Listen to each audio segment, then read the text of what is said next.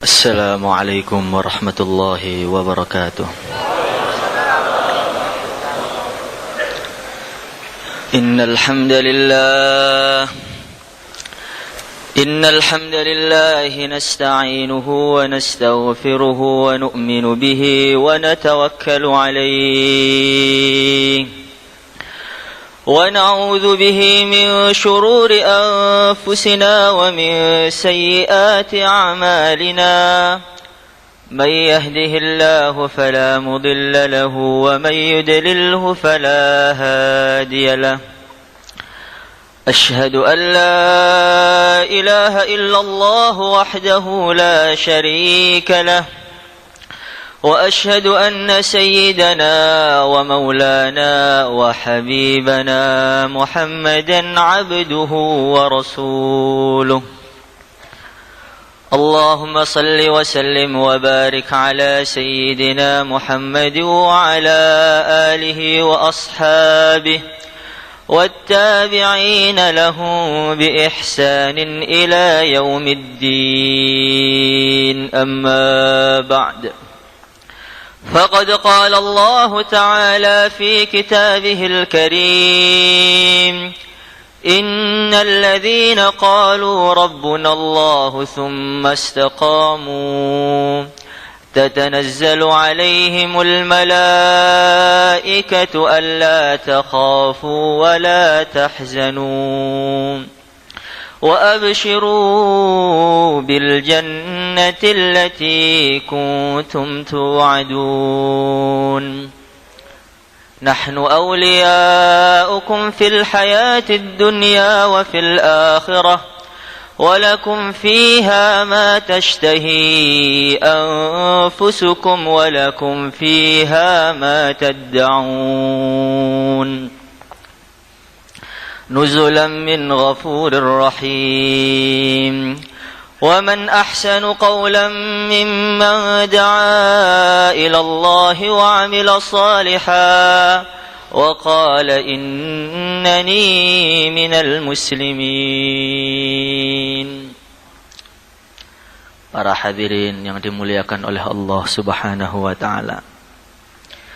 Marilah dalam majelis kita yang mulia ini kita perbarui kembali. Kita tunjukkan keridhaan kita. Kita tunjukkan kepuasan kita, syukur kita terhadap nikmat Allah Subhanahu wa taala. Karena bergembira dengan datangnya, ketika datangnya nikmat-nikmat Allah ini merupakan perintah Allah Subhanahu wa taala. Qul bi fadlillahi wa bi rahmatihi فَبِذَلِكَ فَلْيَفْرَحُوا هُوَ خَيْرٌ مِّمَّا يَجْمَعُونَ. Katakanlah dengan anugerah Allah dan rahmatnya hendaklah mereka bergembira. Allah memerintahkan kita untuk bergembira ketika datangnya nikmat-nikmat dan anugerah Allah Subhanahu wa taala. Dan nikmat anugerah Allah ini diberikan kepada kita begitu banyak sekali. Dalam setiap harinya, dalam setiap jamnya, dalam setiap detiknya. Jutaan, miliaran, bahkan triliunan nikmat yang Allah berikan kepada kita ini.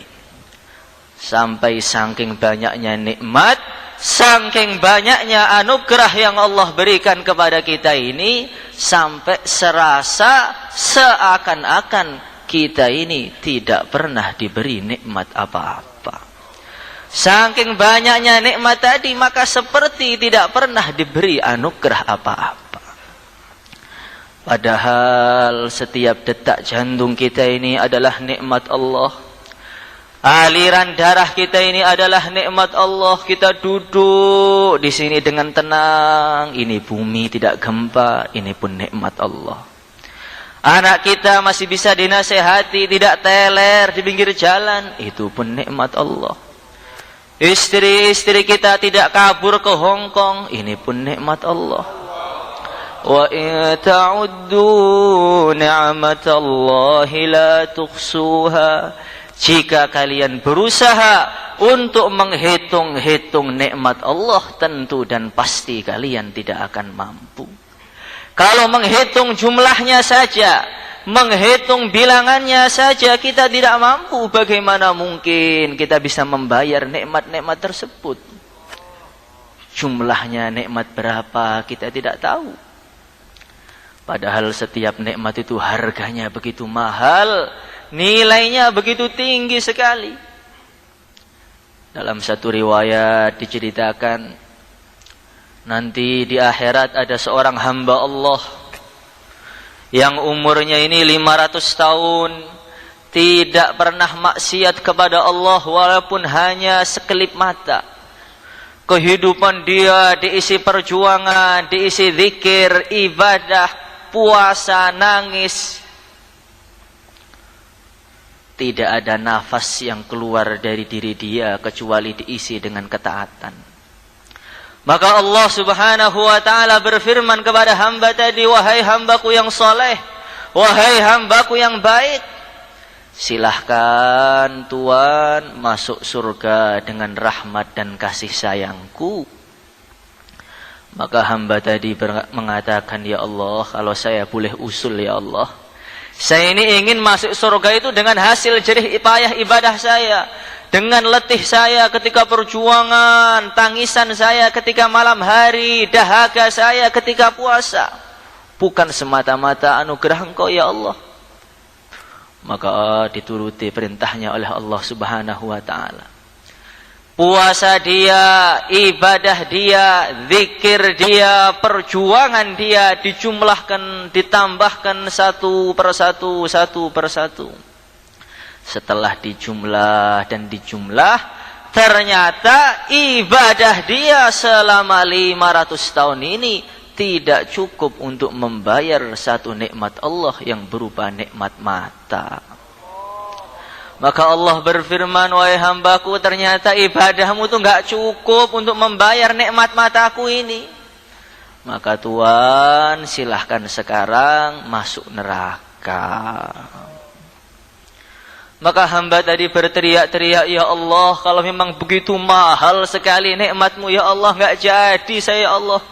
Masukkan saya ke surga dengan rahmatmu saja ya Allah, bukan dengan hasil jerih payah ibadah saya.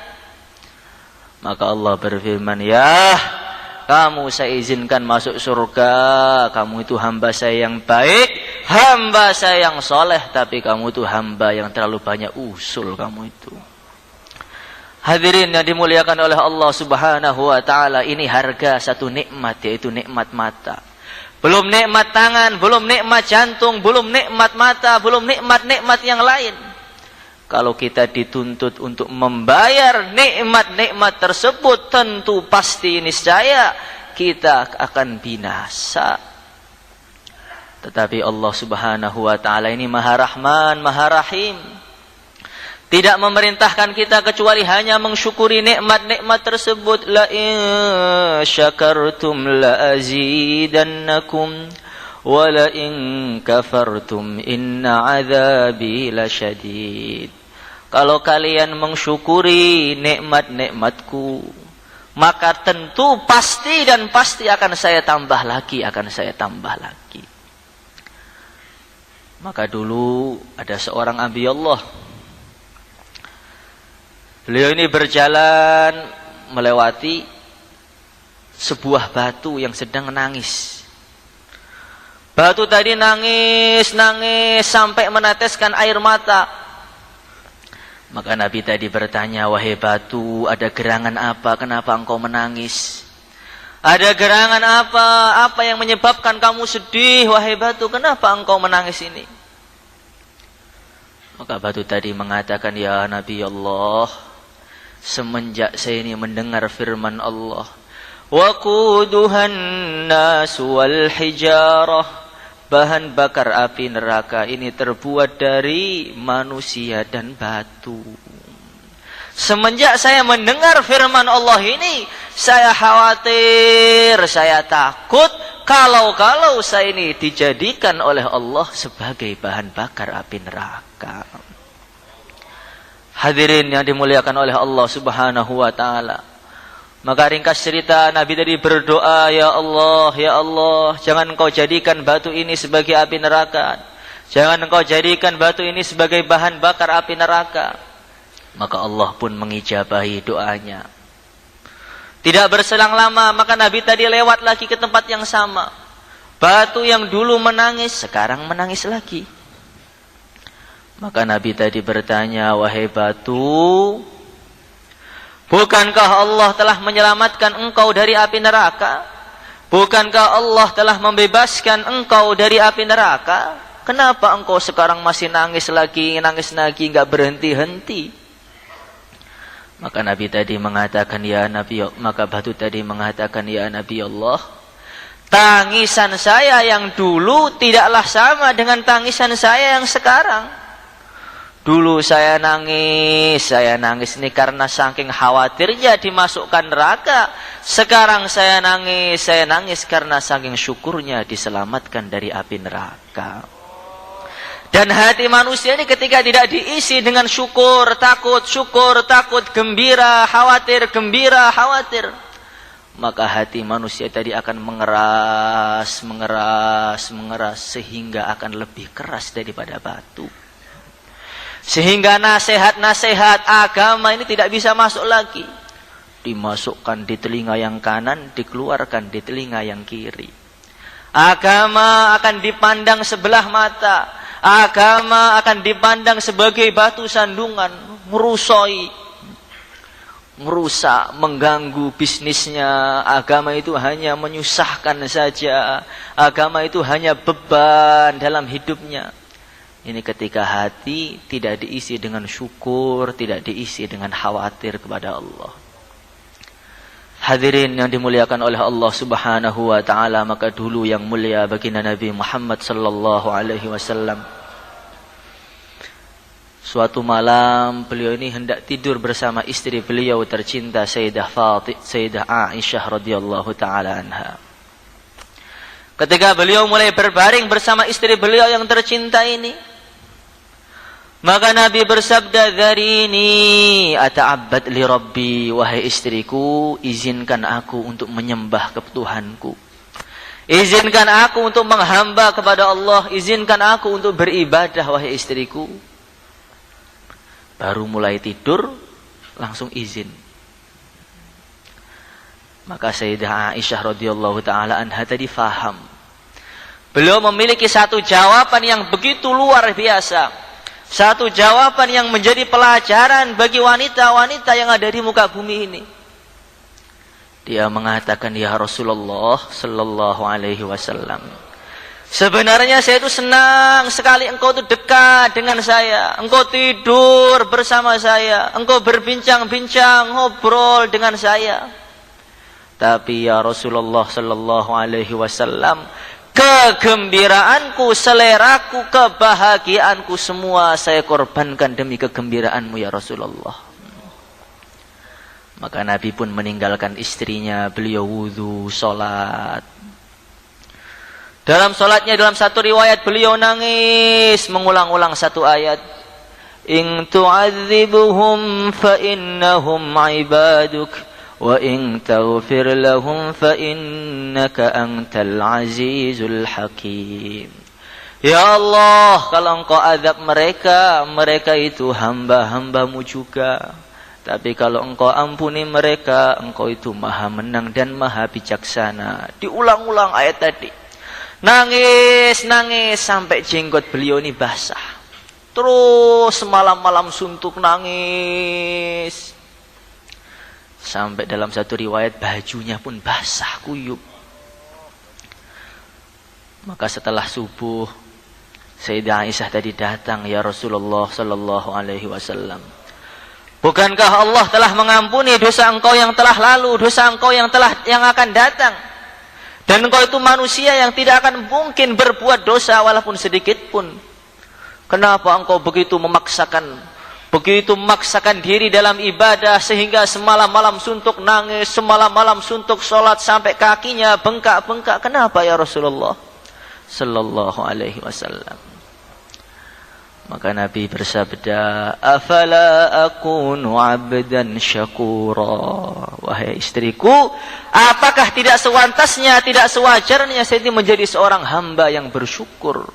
Semakin banyak nikmat Allah yang Allah berikan kepada saya, sudah sepantasnya semakin banyak ibadah saya, semakin banyak perjuangan saya, semakin banyak zikir saya, semakin banyak tangisan saya.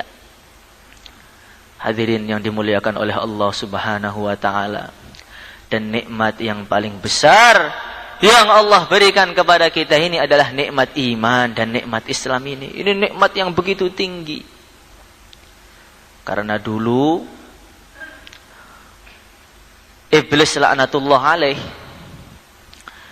ketika diusir dari surga, maka dia sudah berjanji di depan Allah Subhanahu wa taala, la'aq'udanna lahum siratakal mustaqim thumma la'atiyannahum min bayni aydihim wa min khalfihim wa an aymanihim wa an syama'ilihim.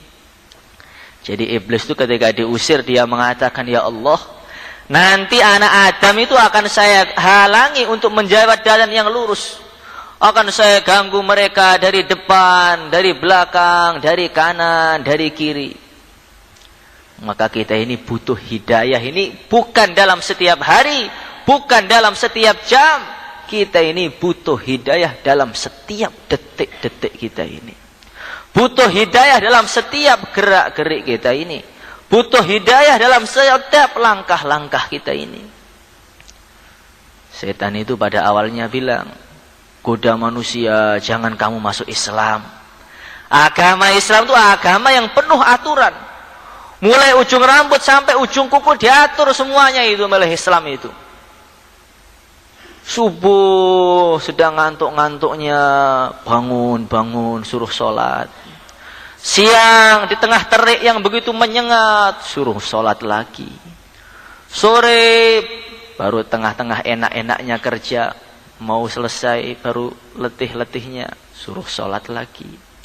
Maghrib waktunya istirahat, berjumpa dengan keluarga, suruh sholat lagi. Isya sudah ngantuk, sholat lagi. Itu baru wajibnya, belum sunnahnya, belum tahajudnya, witir, duha, awabin, syukur, tobat. Banyak sekali agama Islam itu peraturannya. Jangan masuk Islam. Jangan masuk Islam. Ibadahnya terlalu banyak. Cari ibadah yang seminggu sekali saja. Hadirin yang dimuliakan oleh Allah Subhanahu wa taala. Ketika itulah manusia butuh hidayah. Kalau dia dapat hidayah, pokoknya saya akan Islam. Asyhadu an la ilaha illallah, asyhadu anna Muhammadar Rasulullah. Ketika dia sudah mulai syahadat, ternyata setan datang dari arah yang lain. Tuan Islam enggak apa-apa. Iman tidak apa-apa, tapi jangan sekali-kali melakukan amalan-amalan Islam ini. Islam itu cukup KTP-nya saja, enggak usah orangnya, enggak usah diamalkan amalannya, enggak penting itu. Yang penting syahadatnya sungguh-sungguh, syahadatnya yakin, shadiqan min qalbihi, masuk surga nanti, enggak usah amal. Ini kata setan. Maka untuk amal orang itu butuh hidayah lagi. Setelah orang itu niat amal, pokoknya saya akan keluar, pokoknya saya akan zikir, pokoknya saya akan sholat. Setelah orang niat amal, ternyata setan belum putus asa. Dia mengatakan lagi, Tuan, kalau Tuan niat amal enggak apa-apa, tapi jangan sekarang. Jangan sekarang, tahajudnya nantilah mulai malam Sabtu, mulai malam Ahad, mulai malam Senin, ditunda. Tuan mau niat keluar fisabilillah, nanti sajalah, kapan-kapan, sudah longgar, rumahnya sudah jadi, sudah mapan semua, baru keluar, jangan sekarang. Yang penting niat dulu, keluarnya kapan-kapan aja. Ketika ditunda, waja'at sakratul mauti bil haqq. Tiba-tiba datang Israel mencabut nyawanya, kaget, Masya Allah, amal saya tunda, ternyata akhirat sudah tampak. Maka disitulah puncaknya penyesalan, puncaknya kepusingan, puncaknya segala kepedihan. Hadirin yang dimuliakan oleh Allah Subhanahu wa taala. Kalau orang dapat hidayah sehingga dia amal, dia sholat, dia keluar, pokoknya saya berangkat sekarang, saya sholat sekarang, saya zikir sekarang, saya ibadah sekarang. Ketika orang sudah mulai ibadah, mulai zikir, mulai sholat, ternyata setan ini masuk dari celah yang begitu dalam, begitu tipis sekali. Dia mengatakan, menggoda manusia supaya istijal di dalam amal, tergesa-gesa dalam amal. Amal itu dicepat-cepatkan. Ayo cepat amal, cepat sholat, cepat tidur, cepat makan. Ayo cepat bayan, cepat selesai, cepat makan. Ayo cepat keluar, cepat wafsi. Dicepat-cepatkan. Amal itu ditergesa-gesakan sehingga kalaupun dia sudah ibadah 40 tahun, zikir 40 tahun, keluar 4 bulan 10 kali, tidak pernah merasa bagaimana manisnya ibadah. Orang amal mulai takbir Allahu Akbar langsung ngelamun kesana kemari, tiba-tiba Assalamualaikum warahmatullah, selesai. Terus dalam puasanya, dalam ibadahnya tidak diajali ta'anni, merenungi, menikmati amal. Amal, zahirnya amal, badannya amal, tapi hatinya tidak pernah amal. Hadirin yang dimuliakan oleh Allah Subhanahu wa taala. Ketika orang dapat hidayah, maka dia akan mengatakan, tidak, saya amal untuk apa kalau amal tidak direnungi, tidak diresapi, saya harus menikmati amal ini. Maka dia nikmati, bismillahirrahmanirrahim, dinikmati baca Quran, rukuknya dinikmati, sujudnya dinikmati. Maka ternyata setan pun masih enggak mau mundur. Nikmatilah amal, zikir enggak apa-apa, ibadah enggak apa-apa, tapi jangan sampai istiqomah dalam amal. Ya, kalau waktunya sempat longgar, tahajud semalam nangis. Kalau waktunya sibuk ya enggak usah. Kalau waktunya longgar enggak ada masalah, ya keluar, nisabnya dijaga. Tapi kalau ada masalah, bagaimana lagi? Kalau sedang seger enggak ada urusan, qobliyahnya lengkap, ba'diyahnya zuha awabin. Kalau lagi capek ya enggak usah sholat, enggak usah istiqomah dalam amal. Di situ butuh hidayah lagi. Ketika orang sudah dapat hidayah istiqomah dalam amal lagi, sudah istiqomah dalam amal, ternyata setan masuk dari pintu yang begitu tidak disangka-sangka. Ibadahlah yang istiqomah, zikirlah, keluarlah, ibadahlah sepuas kamu. Tapi sekali-kali jangan sampai kamu tuh satu hati. Ini godaan setan yang begitu dahsyat. Karena kalau orang itu sudah tidak satu hati, sudah pecah hati, sudah selek, sudah enggak cocok, sudah musuhan, otomatis akan amalnya akan habis dengan sendirinya. Otomatis nanti kalau sudah musuhan akan menghibah temannya tadi. Yang dikatakan oleh Al-Imam Al-Ghazali, orang itu kalau menghibah orang seperti memasang manjanik ketapel raksasa. Maka ibadah dia dilemparkan ke depan, puasa dia dilemparkan ke kanan, perjuangan dia dilemparkan ke kiri, haji dia dilemparkan ke belakang, tidur dalam keadaan bersih dari semua pahala. Hadirin yang dimuliakan oleh Allah Subhanahu wa taala. Maka dalam setiap salat kita diperintahkan berdoa, ihdinas siratal mustaqim, siratal ladzina an'amta 'alaihim, ghairil maghdubi 'alaihim waladdallin. Kita diperintahkan untuk minta hidayah dalam setiap saat, dalam setiap langkah, dalam setiap jam. Orang datang ke markas butuh hidayah. Sampai di markas, yang mau bayan juga butuh hidayah lagi. Ada yang mau, ada yang enggak mau.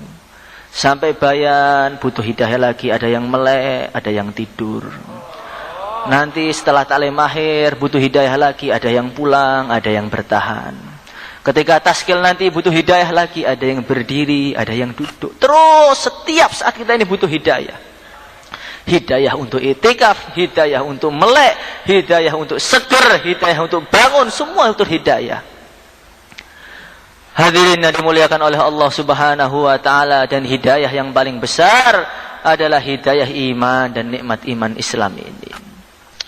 Ajaban li amril mu'minin inna amrahu kullahu lahu khair.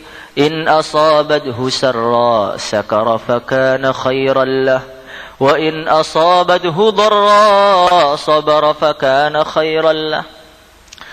Nabi bersabda, orang iman itu betul-betul menakjubkan sekali kehidupannya ini. Jatuh bangunnya, bagaimanapun keadaannya ini menguntungkan semua. Dia dapat musibah, sabar, derajatnya meningkat. Dapat kesenangan, syukur, derajatnya tambah tinggi. Kalaupun dia miskin, semakin cepat masuk surga. Kalaupun dia sakit-sakitan, matanya enggak sehat, telinganya enggak sehat, dosa-dosanya berguguran. Kalau umurnya panjang, semakin banyak amalnya. Kalau umurnya pendek, semakin sedikit hisabnya. Bagaimanapun keadaan orang iman itu menguntungkan semuanya. Baru dengar azan saja, Allahu Akbar, Allahu Akbar. Yang jawab azan itu loh, Nabi bersabda, fa inna lakunna bi kulli harfin alfi darajah. Dalam setiap huruf ketika kita menjawab azan itu sudah ditulis 1.000.000 derajat. Maka Sayyidina Umar mengatakan, ya Rasulullah, hadza lin-nisa, ya Rasulullah, fa kaifa lirrajul? Kalau perempuan setiap huruf 1.000.000 derajat, bagaimana untuk laki-laki ya Rasulullah sallallahu alaihi wasallam?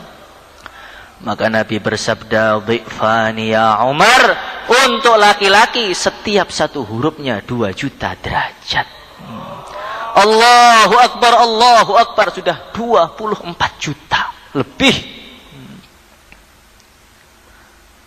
Ketika mendengar asyhadu an la ilaha illallah, barang siapa mengatakan asyhadu an la ilaha illallah, raditu billahi rabba wa bil islami dina wa bi muhammadin nabiyya, ghufira lahu ma taqaddama min dhanbihi wa ma ta'akhkhar.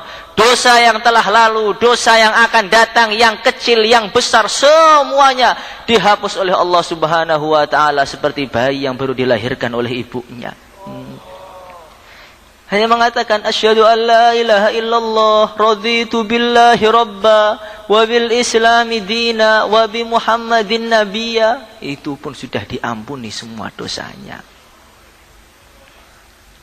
Ketika habis azan dia doa, Allahumma rabba hadhihi ad-da'wati at-tammah was-salatil qa'imah آتي سيدنا محمد الوسيلة والفضيلة وابعثه مقاما محمودا التي وعدته. Yang doa seperti ini, kata Nabi, wajabat lahum syafaati yaumal qiyamah, nanti wajib pasti bagi mereka hari kiamat akan saya tuntun ke surga Allah Subhanahu wa taala. Ketika hari yang begitu menggentingkan sekali, ketika manusia dikelompokkan menjadi 3 kelompok. Kelompok pertama ini adalah kelompoknya orang yang selalu berbuat maksiat, tidak pernah amal baik walaupun sekali. Maka datang keluar dari neraka seekor binatang seperti gagak hitam, menyambar mereka, langsung dibuang ke neraka tanpa hisab yang lama-lama. Kelompok kedua inilah kelompok orang-orang yang selalu amal agama habis-habisan, ibadahnya begitu tingginya, gak pernah maksiat sedikit pun. Kelompok yang kedua pun langsung dipersilahkan masuk surga tanpa hisab, tanpa azab. Lah kelompok yang ketiga ini kelompoknya orang yang kadang-kadang amal, kadang-kadang tidak. Kadang-kadang maksiat, kadang-kadang taat. Kadang-kadang ibadah, kadang-kadang juga yang lain-lain. Lah inilah yang paling panjang kisahnya, yang paling panjang hisabnya nanti. Maka nanti mereka akan dipersilahkan untuk melewati jembatan Sirat. Para nabi lewat secepat kilat, orang-orang anbiya, siddiqin melewati secepat kilat. Kemudian nanti akan diumumkan, wahai para malaikat, wahai setan, wahai manusia, semua tundukkan pandangan semuanya. Jangan ada satupun yang berani mengangkat matanya. Karena ada seorang wanita yang termulia yang melewati sirat, Sayyidah Fatimah radhiyallahu taala anha. Keadaan sunyi, gak ada yang berani mengangkat kepalanya. Sayyidah Fatimah datang melewati sirat dengan begitu wibawa, begitu mulia. Orang yang selalu berhijab ketika di dunia, sampai di akhirat pun tidak boleh dipandang oleh siapapun saja. Hadirin yang dimuliakan oleh Allah Subhanahu wa taala. Kemudian di bawahnya lagi ada orang yang jalannya secepat kendaraan kuda, ada yang seperti onta, bermacam-macam. Ada yang sinarnya sempurna, terang, benderang. Ini orang-orang yang berangkat ke masjid ketika masih gelap gulita. Sehingga sinarnya itu sempurna, orang-orang akan memandang siapa itu. Kayaknya amalnya biasa saja, ibadahnya biasa saja. Kenapa sinarnya begitu tingginya, begitu hebatnya? Oh, itu punya amalan istiqomah. Jam 3 sudah berangkat ke masjid. Hadirin yang dimuliakan oleh Allah Subhanahu wa taala. Ada yang sinarnya itu sebesar pohon kurma, ada yang sinarnya itu berada di jempol kakinya saja. Kayak senter gitu, pelan.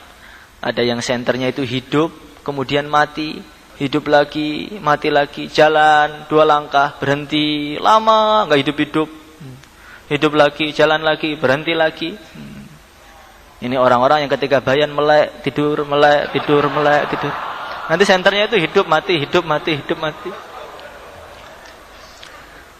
Ada orang yang tangan kanannya, kaki kanannya di sirat, kaki kirinya, tangan kirinya sudah di bawah, digantel, ditarik, dilepaskan, jalan lagi, samber lagi, jalan lagi, sampai di surga itu sudah gosong badannya itu. Hadirin yang dimuliakan oleh Allah Subhanahu wa taala, keadaan yang begitu menggentingkan, begitu ngerinya ini.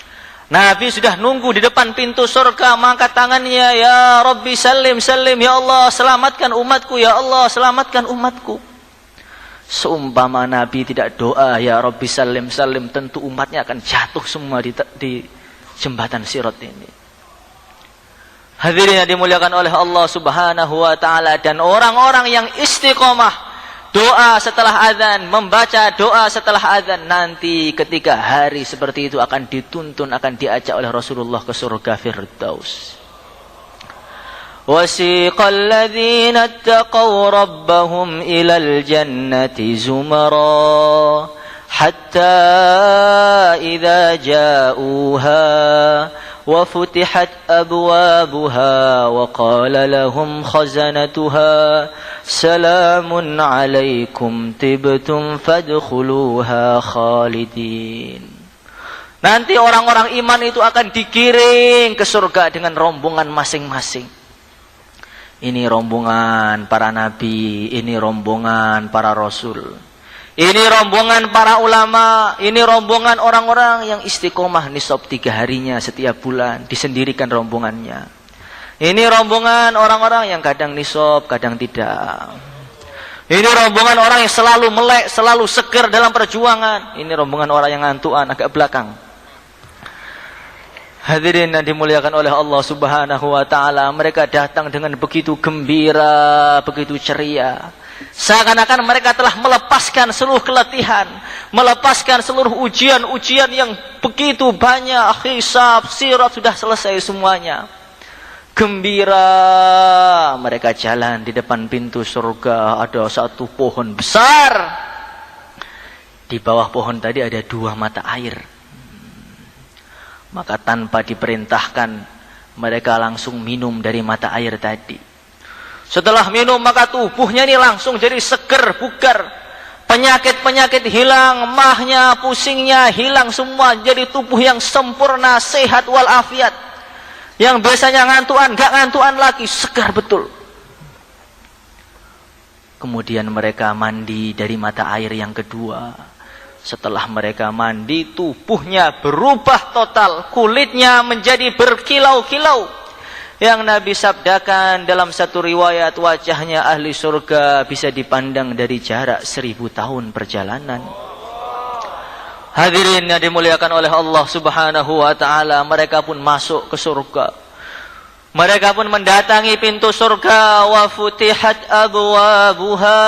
Ternyata pintu-pintunya sudah dibuka semuanya. Ditunggu oleh malaikat-malaikat, ada malaikat Ridwan, ada malaikat-malaikat yang lain sudah istiqbal di sana. Mereka mengucapkan salamun alaikum tibtum fadkhuluha khalidin. Selamat buat kalian, selamat. Tibtum, kalian telah sukses sekarang ini. Kalian itu orang yang ketika dulu orang-orang sedang nyenyak tidur, ngorok semuanya. Ketika malam hari orang-orang hujan lebat, enak-enaknya tidur dalam selimut. Ketika itu kalian bangun, mengambil air wudhu, nangis di pojok-pojok masjid. Ketika orang-orang sedang makan, enak makan lahap. Ketika itu kalian puasa. Ketika orang sedang tertawa-tawa, terbahak-bahak, ketika itu kalian menangis. Ketika zamannya orang udah zaman akhir, nafsi, nafsi, nafsi, diriku, diriku, diriku, bagaimana istriku, anakku, anakku, anakku saja. Ketika orang sudah mengatakan diriku, diriku, diriku, ketika itu kalian mengatakan ummati, ummati, bagaimana umat Muhammad ini kembali ke agama lagi. Kalian sempat-sempatkan waktunya untuk naik gunung, turun hunyung dalam keadaan matahari yang begitu panas. Maka sekarang ketika orang-orang akan teriak-teriak di neraka, kalian akan tersenyum-senyum di surga. Tibtum, kalian telah sukses yang sebenar-benarnya sukses. Maka ketika mereka masuk surga, dijemput oleh wildanum mukhalladun, oleh pelayan-pelayan surga yang nan tampan sekali, pemuda-pemuda surga. Mereka itu seperti kangen begitu ahli surga, sudah ditunggu puluhan tahun gak datang-datang. Langsung diputeri seperti orang yang baru pulang dari safar, diputeri. Maka wildan tadi datang mendatangi Ratu Bidadari. Tuan, ada apa? Ini loh Tuan, suami Tuan sudah datang. Kamu lihat di mana? Ini di belakang saya, baru selesai hisab dia. Maka langsung berdiri bidadari dengan penuh gembira, penuh semangat menjemput suaminya tadi. Dilihat suaminya, Masya Allah Tuan. Ternyata Tuan tuh sampai sini juga ternyata, Masya Allah. Saya itu khawatir dengan Tuan itu. Setiap satu saya pantau dari langit terus itu. Saya lihat malam Jumat itu setelah taklim akhir mesti ngambil motor pulang. Mojok, ternyata lari. Bahkan semakin lama itu sampai sebelum Isya sudah pulang. Saya bingung nanti sampai enggak ya. Masya Allah, ternyata Tuhan sampai sini juga. Gembira dengan Tuhan itu saya. Kami itu di sini selalu memantau dari atas, saling membangga-banggakan suaminya masing-masing. Mana suami kamu? Itu loh suami saya sedang keluar jalan kaki, diusir-usir itu loh. Wow. Mana suami kamu? Itu loh, masa gak kelihatan terang benerang kayak matahari di tengah kegelapan malam, itu siapa itu? Wow. Di pojok masjid tangisan darah itu suami saya itu. Wow. Mana suami kamu? Itu loh, di belakang salon sedang tidur. Malu saya ini, ya Allah, suami saya kok ngantuan begini, masuk surga apa enggak? Ternyata sampai juga. Maka suaminya jawab, kamu tuh enggak tahu apa-apa. Saya itu walaupun tidur niatnya sudah niat ibadah. Tidurnya panjang, ibadahnya dihitung lebih panjang. Itulah ahli ilmu. Kamu itu gimana? Hadirin yang dimuliakan oleh Allah Subhanahu wa taala. Ketika mereka sampai di surga, ternyata ada istana yang berwarna putih. yang terbuat dari mutiara utuh, yang setiap istana tadi di dalamnya ada 70 kamar yang terbuat dari batu yakut yang berwarna merah. Setiap gedung-gedung dari batu yakut yang berwarna merah, di dalamnya ada 70 kamar yang terbuat dari batu zamrud yang berwarna hijau. Setiap satu kamarnya ada 70 dipan. Setiap satu dipannya ada 70 kasur. Setiap satu kasur ada satu bidadari yang menunggu suaminya di sana. 2,5 miliar bidadari telah menunggu suaminya. Yang dikatakan oleh Nabi, lau basaqat ala sab'ati abkhurin lakana tilkal abkhuri ahla minal asal. Yang bidadari tadi seumpama meludah di 7 lautan, tentu 7 lautan tadi akan lebih manis daripada madu. Hadirin yang dimuliakan oleh Allah Subhanahu wa taala, mereka pun dipakaikan baju-baju kehormatan. Lalu bithal yaum la saiqa man yanzuru ilaih. Seumpama baju di surga tadi dipakai ketika di dunia ini, tentu orang yang melihatnya akan buta, akan pingsan ketika itu. Gak kuat mata mereka, saking indahnya ini. Hadirin yang dimuliakan oleh Allah Subhanahu wa taala. Sungai-sungai dari susu, sungai-sungai dari madu, sungai-sungai dari arak yang tidak memabukkan sudah mulai dialirkan. Di pinggir-pinggir sungai sudah disediakan kursi-kursi sofa yang begitu indah, begitu empuk sekali. Permadani sudah dibuka yang terbuat dari tenunan-tenunan sutra yang berwarna hijau. Malaikat-malaikat pun, bidadari pun sudah mulai menyanyikan musik-musik mereka. Yang indah sekali suaranya. Tapi musik di surga ini hanya bisa dinikmati bagi orang yang tidak suka musik ketika di dunia. Kalau di dunia sudah cinta musik, nanti surganya sunyi, nggak ada suaranya. Hadirin yang dimuliakan oleh Allah Subhanahu wa taala. Setelah mereka gembira kesana kemari, saling cerita satu dengan yang lain, tiba-tiba datang satu sinar yang begitu terang benderang menerangi semua 8 pintu surga ini. Mereka kaget, waduh, ini sinar adalah hijab dari Allah Subhanahu wa taala. Mereka pun langsung sujud mengatakan subhanallah, subhanallah, maha suci Allah, maha suci Allah. Ini hijab dari Allah Subhanahu wa taala yang begitu terang benderang ini. Tengah-tengah mereka sujud terdengar suara tanpa rupa, wahai ahli surga, sinar yang kamu kira hijab dari saya itu bukanlah aku. Itu adalah sinar yang keluar dari mulutnya seorang bidadari yang sedang tersenyum di depan suaminya. Hadirin yang dimuliakan oleh Allah Subhanahu wa taala, kenikmatan demi kenikmatan diberikan dengan tidak ada hentinya.